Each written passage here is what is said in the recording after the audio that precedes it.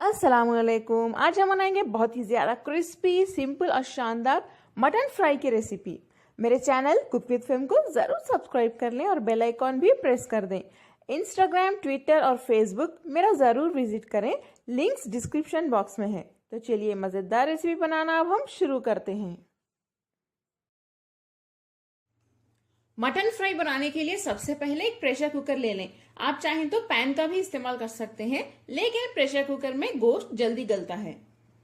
इसमें हम डालेंगे 400 ग्राम गोश्त, आधा किलो से थोड़ा कम है। पीसेस मीडियम रख लें। इसमें 1 कप पानी डाल दें गोश्त गलने के लिए। 3/4 टीस्पून हल्दी यानी आधा टीस्पून से थोड़ा ज्यादा। थोड़ा सा नमक अपने टेस्ट के हिसाब से आप डाल लें। नेक्स्ट हम डालेंगे 3 टीस्पून फ्रेश अदरक लहसुन का पेस्ट। मेरी ये बात याद रखें, पेस्ट यानी अदरक लहसुन का पेस्ट फ्रेश होना चाहिए और गोश्त भी फ्रेश ले लें, तभी ये मटन फ्राई बहुत टेस्टी बनेगा। अगर आप कम इंग्रेडिएंट्स में यूज कर रहे हैं फिर भी ये टेस्टी बनेगा। ये 2 रीजंस की वजह से, यानी इन दोनों के फ्रेशनेस की वजह से इसे डाल देते हैं। इसे मिक्स कर लें। प्रेशर कुकर के ऊपर हम लिड बंद कर देते हैं। लिड बंद करने के बाद इसके ऊपर विजिल लगा दें। जब 1 सीटी आएगी फ्लेम को लो पे रख दें और लो फ्लेम पे 10 से 15 मिनट में गोश्त यानी हमारा मटन आसानी से गल जाएगा। अगर ना गला तो एक्स्ट्रा और थोड़ी देर गला लें। गोश्त अच्छे से गल चुका है। हम फ्लेम बंद कर देते हैं और मटन को फ्राई करने की तैयारी शुरू कर लेते हैं। पैन में हम थोड़ा सा तेल डाल देते हैं, 2 या 3 टेबलस्पून। इसके लिए थोड़ा ज्यादा तेल लगेगा क्योंकि मटन फ्राई है। तेल को गर्म होने के लिए रख देते हैं हाई फ्लेम पे। तेल गर्म हो चुका है, इसमें गला हुआ गोश्त डाल देते हैं। इसे अच्छे से मिक्स कर लें।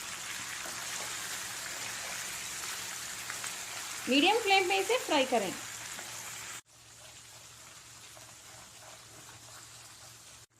इसमें डालिए 1.5 टीस्पून लाल मिर्च पाउडर यानी 1.5 टीस्पून। आप चाहें तो इसकी क्वांटिटी कम भी कर सकते हैं या और ज्यादा भी डाल सकते हैं। इसे भी मिक्स कर लें। फ्लेम को मीडियम पे ही रखिए वरना मसाले जल सकते हैं। इसे अच्छे से फ्राई कर लें। मसाला डालने के बाद गोश्त को हम ऐसे ही फ्राई करते रहेंगे, ये थोड़े से क्रिस्पी होने तक, और इनका कलर भी अच्छे से चेंज हो जाएगा। तब तक इसे ऐसे ही फ्राई करते रहिए। फ्लेम को मीडियम टू हाई पे रख सकते हैं आप। देखिए इसके ऊपर थोड़ा सा क्रिस्पीनेस आ रहा है, यानी थोड़ा सा ब्राउनिश कलर भी आ गया है। ये खाने में बहुत ही ज्यादा टेस्टी होगा। ये बहुत ही सिंपल रेसिपी है, ये आराम से बैचलर्स और बिगिनर्स बना सकते हैं। आप ये मत समझिए कि स्पाइसेस नहीं डालने से इसमें टेस्ट नहीं आएगा, लेकिन इसमें बहुत ही अच्छा टेस्ट आता है। ये मेरे फैमिली की एक बहुत ही ज्यादा फेवरेट रेसिपी है, हम लोग इसे अक्सर बनाते हैं।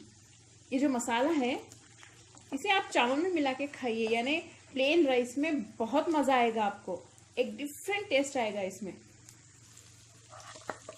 चलिए मटन तो हमारा अच्छे से फ्राई हो चुका है, अब हम फ्लेम बंद कर देते हैं। लाइक, शेयर और कमेंट जरूर करें। अस्सलामुअलैकुम।